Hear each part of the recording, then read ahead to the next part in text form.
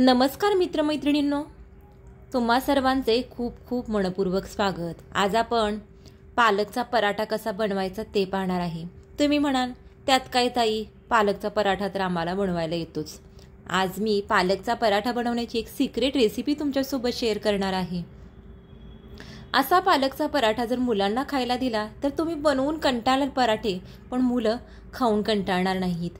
इतका चविष्ट असा हा पालकचा पराठा बनवून तयार होतो।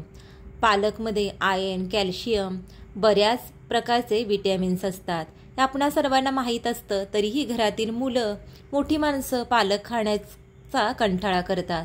चला तर आज एक पौष्टिक असं पालकच्या पराठ्याची रेसिपी पाहूया। तर त्यासाठी या ठिकाणी 4 हिरव्या मिरच्या, अर्धा इंच आलं, 4 ते 5 लसणाच्या पाकळ्या आणि थोडेसे जिरे घेतलेले आहेत।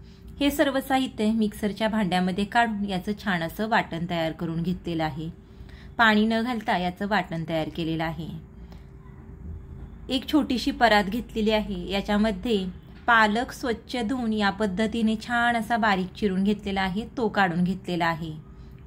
तर या ठिकाणी किसणीवरती आपण अर्धा बटाटा या पद्धतीने छान असा किसून घेऊयात। हा उकडलेला बटाटा आहे।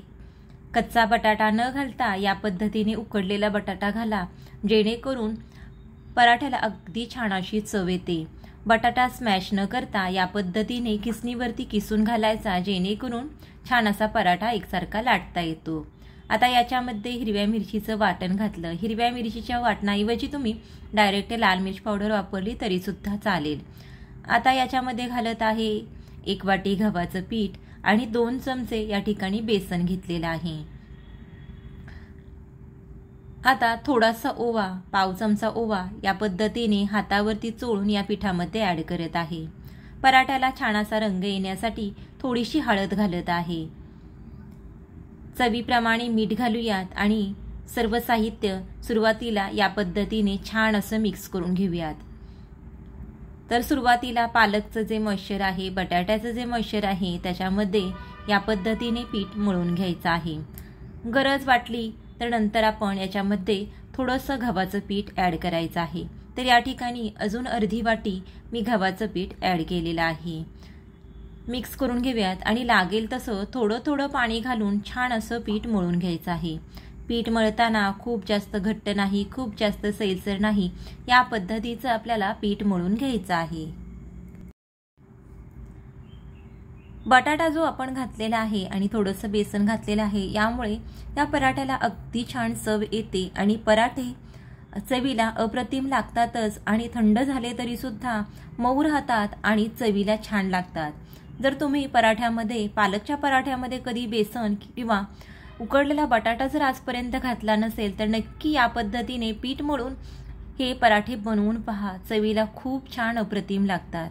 तर या ठिकाणी छान असं आपलं पीठ मळून झालेलं आहे। वरून अगदी थोडंसं तेल लावून छान असं पीठ आपण एकजीव करून घेतलेलं आहे। परफेक्ट पीठ मळून झाल्यानंतर पिठाला आपल्याला रेस्ट द्यायची नाही, तर लगेचच याचे पराठे तयार करायला घ्यायचे आहेत।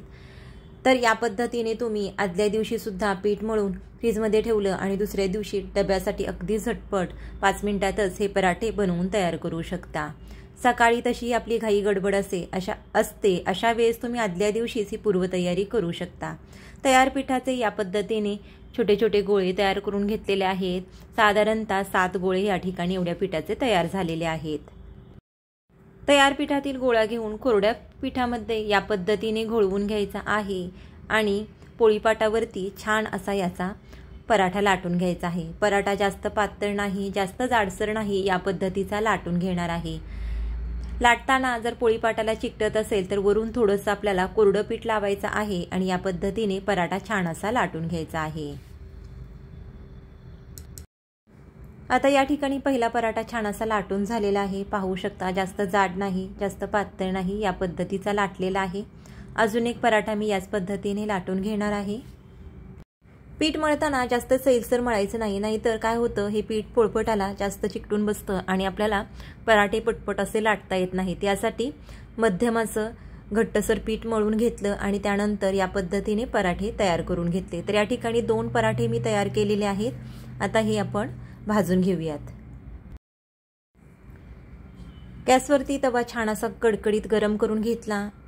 मीडियम फ्लेमवरती छान असे पराठे आपण शेकून घेऊयात। आलटून पलटून दोन्ही बाजूनी छान असे खरपूस भाजून घ्यायचे आहेत। पराठे पटकन भाजले जातात आणि याला रंग सुद्धा किती सुंदर आलेला आहे, पाहू शकता। पराठ्याला तुम्ही तेल, बटर किंवा तूप सुद्धा लावू शकता आवडीप्रमाणे। अगदी परफेक्ट असे पराठे दिसत आहेत आणि या पराठ्यांचा मस्त असा सुगंध घरामध्ये दरवळत आहे। खूप जास्त मसाले न वापरता अगदी पौष्टिक असा हा आपण पालकचा पराठा आज बनवून तयार केलेला आहे। किती सुंदर हे पराठे दिसत आहेत, बघू शकता तुम्ही। असा पालकचा पराठा तुम्ही नक्की बनवून पहा, चवीला खूप छान अप्रतिम लागतो, भन्नाट लागतो। नक्की एकदा या पद्धतीने तुम्ही पालकचे पराठे बनवून पहा। पहिला पराठा मस्त असा भाजून झालेला आहे, प्लेटमध्ये काढून घेऊयात। दुसरा सुद्धा पराठा आपण याच पद्धतीने भाजून घेणार आहोत। पालकचे तेच पदार्थ खाऊन मुलं कंटाळतात, तर या पद्धतीने पराठे केले तर आवडीने खातात। परफेक्ट अशा रंगावरती हे पराठे भाजून झालेले आहेत, अगदी सुंदर दिसत आहेत, बघू शकता। खाण्यासाठी तयार झालेले आहेत गरमागरम पालकचे पराठे। हे पराठे तुम्ही दह्यासोबत, लोणच्यासोबत खाऊ शकता। तर या ठिकाणी मी लिंबाचं लोणचं घरीच तयार केलेलं आहे। तेलाचा वापर न करता, कोणत्याही प्रकारचा विकतचा मसाला न वापरता घरीच मसाला बनवून हे आपण तिखट लिंबाचं लोणचं तयार केलेलं आहे। हे लोणचं खाण्यासाठी 8 ते 10 दिवसांमध्ये तयार होतं। परफेक्ट असं दिसत आहे, बघू शकता। याची रेसिपी तुमच्यासोबत लवकरच शेअर करेन। या पद्धतीने बनवलेलं लोणचं छान 2 वर्ष टिकून राहतं, मस्तच। आजची पालक पराठ्याची रेसिपी तुम्ही सुद्धा नक्की बनवून पहा। रेसिपी कशी वाटली कमेंट करून सांगा। आवडली असेल तर लाईक करा, शेअर करा आणि आपल्या चॅनलला सबस्क्राईब करा।